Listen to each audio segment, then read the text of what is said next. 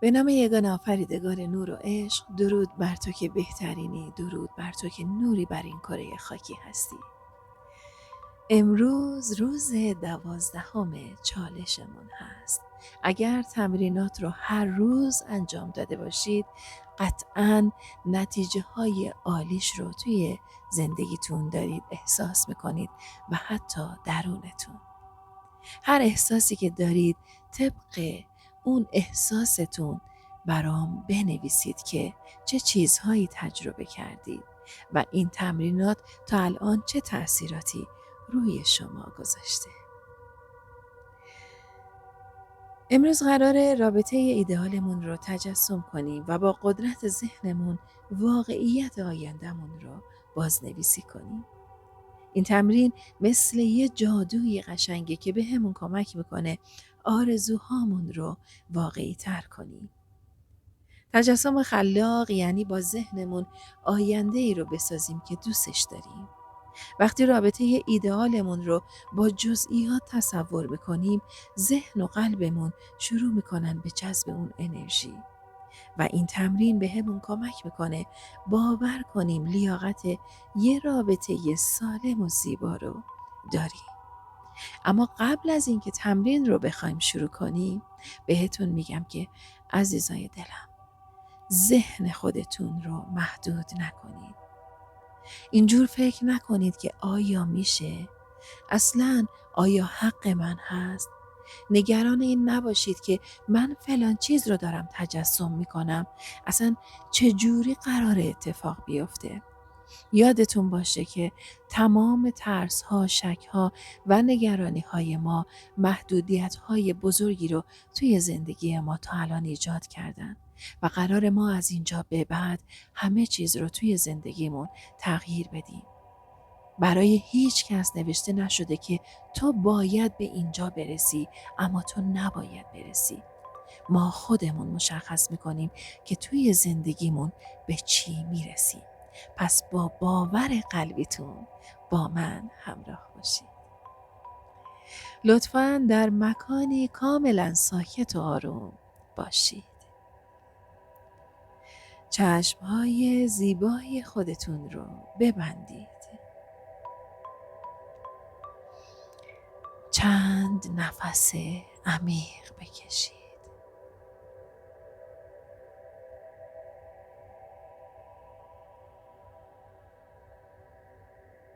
اجازه بدید با هر نفس که میکشید بدنتون رها، ذهنتون رها و وجودتون رو نور ایمان بگیره.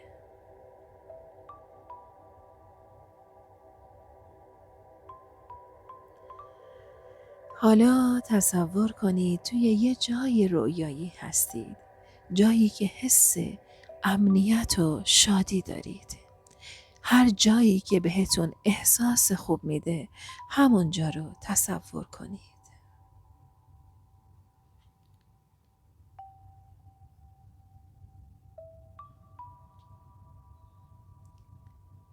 و حالا رابطه ایدئالتون رو تصور کنید.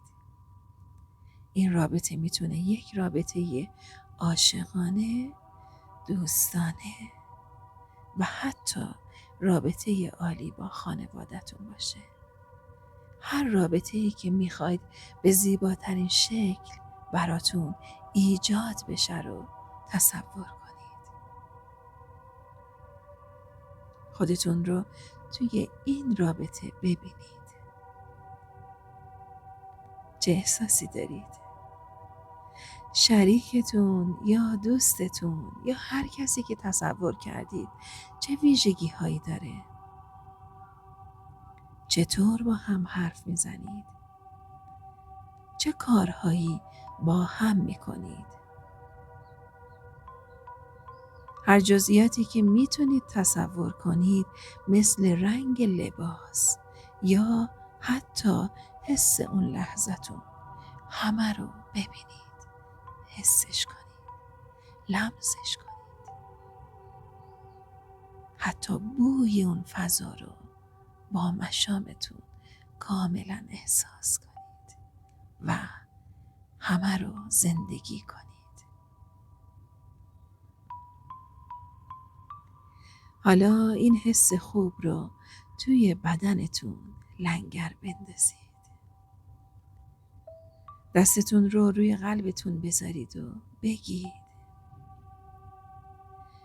من آماده ام این رابطه رو به زندگیم دعوت کنم. من برای تشکیل یک رابطه عالی و زیبا کاملا آماده ام. حس کنید این انرژی توی وجودتون قفل میشه. تکرار کنید من آماده ام این رابطه رو به زندگی دعوت کنم. بسیار خوب. حالا یه لبخند بزنید و با همون احساس زیبا از دیدن این رابطه قشنگ قرار چشم‌های زیباتون رو باز کنید. این تمرین رو هر وقت که دوست داشتید میتونید انجام بدید. در کنارش میتونید مدیتیشن های جذب عشق رو هم انجام بدید.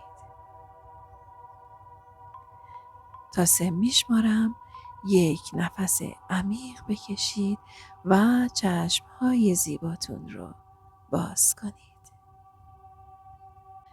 1 2 3.